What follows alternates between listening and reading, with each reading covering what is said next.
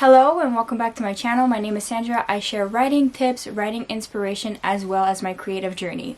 So today we're going to talk about something very interesting, and it's the 5 most helpful tips that I have for new writers. I know that when we're first starting out, writing can be very scary or very exciting or both. So have no fear. I am here to help you start your writing career. Oh my god. I need to quit already. I swear this was not improvised, but I like it, so we'll just keep this in here.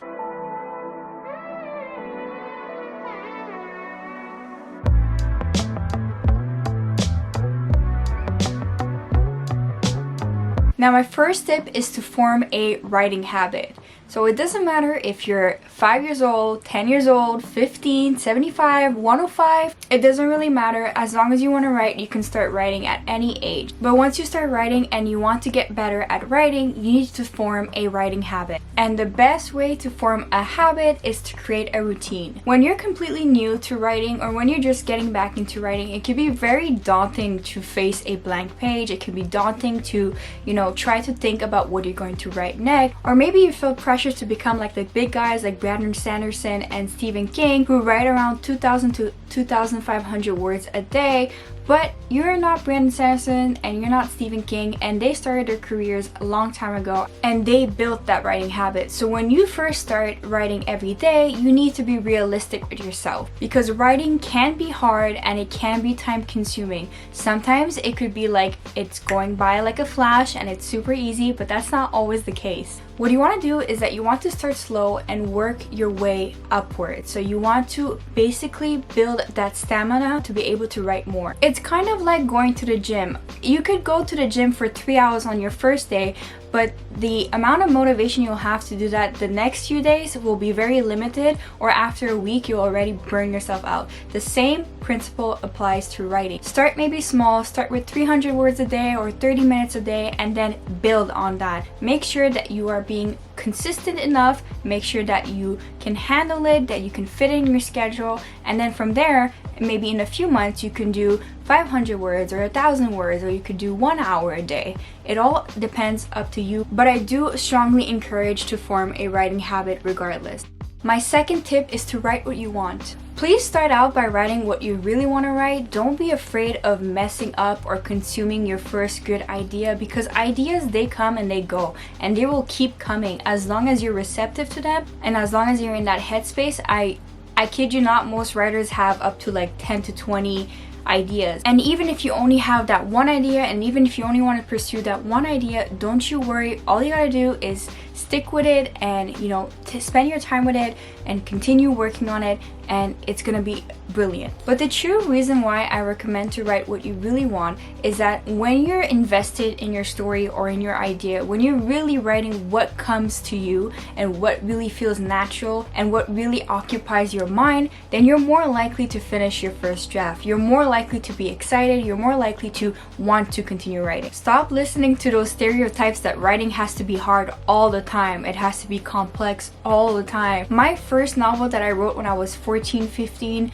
was a love triangle story, and the title itself was called Love Triangle, and I had a blast. If it wasn't for that novel, which I'm super grateful for, it might never see the light of day, but if it wasn't for that novel, I would have never become a writer, because I would have been discouraged right away. I would have ran with an idea that I wasn't really passionate about and never finished a draft. And it's thanks to that novel that I finished my first draft. As Toni Morrison once said, if there's a book that you want to read but it hasn't been written yet, then you must write it. So don't be afraid to write it.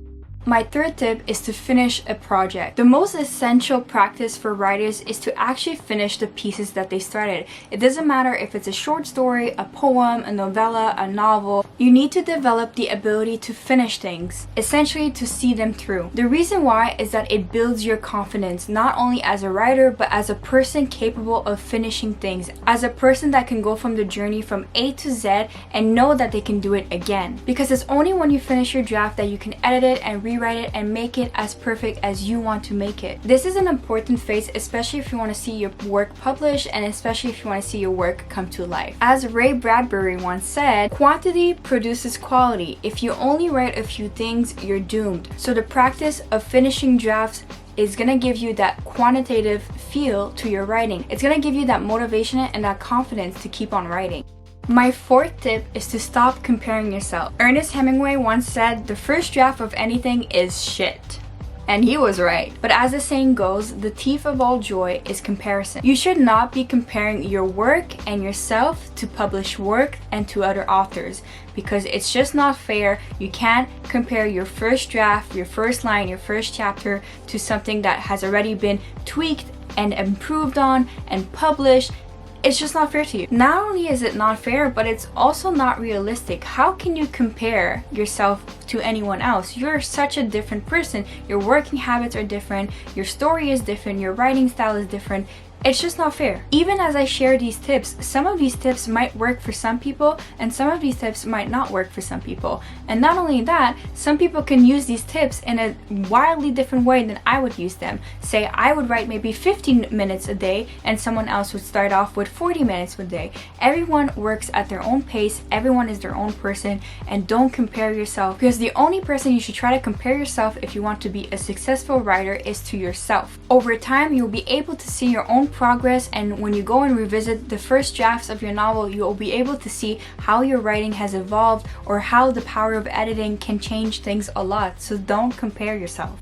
My fifth and final tip is to read more and to read with a critical lens. I truly believe that it's really hard to become a writer without being first and foremost a reader or a reader of some sort. I also think that this is one of my favorite advice, not only because I clearly love reading, because it really presents a lot of insight. So on the one hand, when you really appreciate a piece of writing or a piece of work, it actually can inspire you to work on your own writing and can work on your own pieces, or you can even have a response piece. And that's what writers have been doing since the beginning of time. I've read a lot of author memoirs and they all seem to say the same thing. You need to be reading, because reading is kind of your guide. Stephen King, Annie Dillard, Margaret Atwood, all of them, they all always share that consensus that if you want to be a writer and if you want to be a better writer, you should be reading. The other thing is, when you're reading, you should try to employ a critical lens. Even if it's your favorite book ever, no book is exempted from flaws. So feel free to annotate and highlight your favorite passages and your favorite writing styles of your favorite books, because those will tell you what you enjoy and what you don't enjoy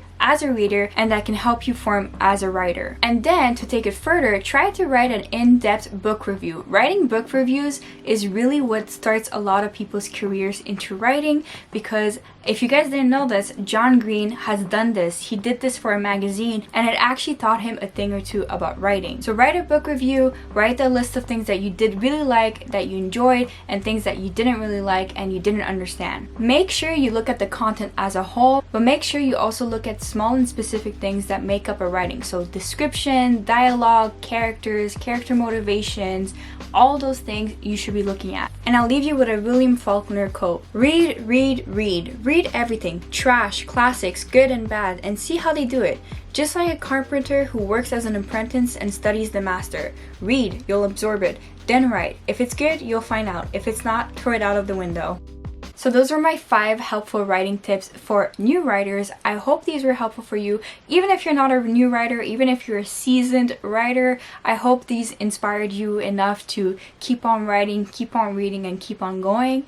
If you have any tips of your own, feel free to share. I would love to hear them, and other people would love to hear them too. If you like writing videos like these, like, comment, and subscribe. More writing videos will come every Wednesday and every Friday, and all my other content will also resume. Don't forget to enjoy your journey to writing, and I'll see you on the next writing video. Bye! I guess you're back. Are you gonna tell me where you went? All the messages I sent with no reply. It's like that.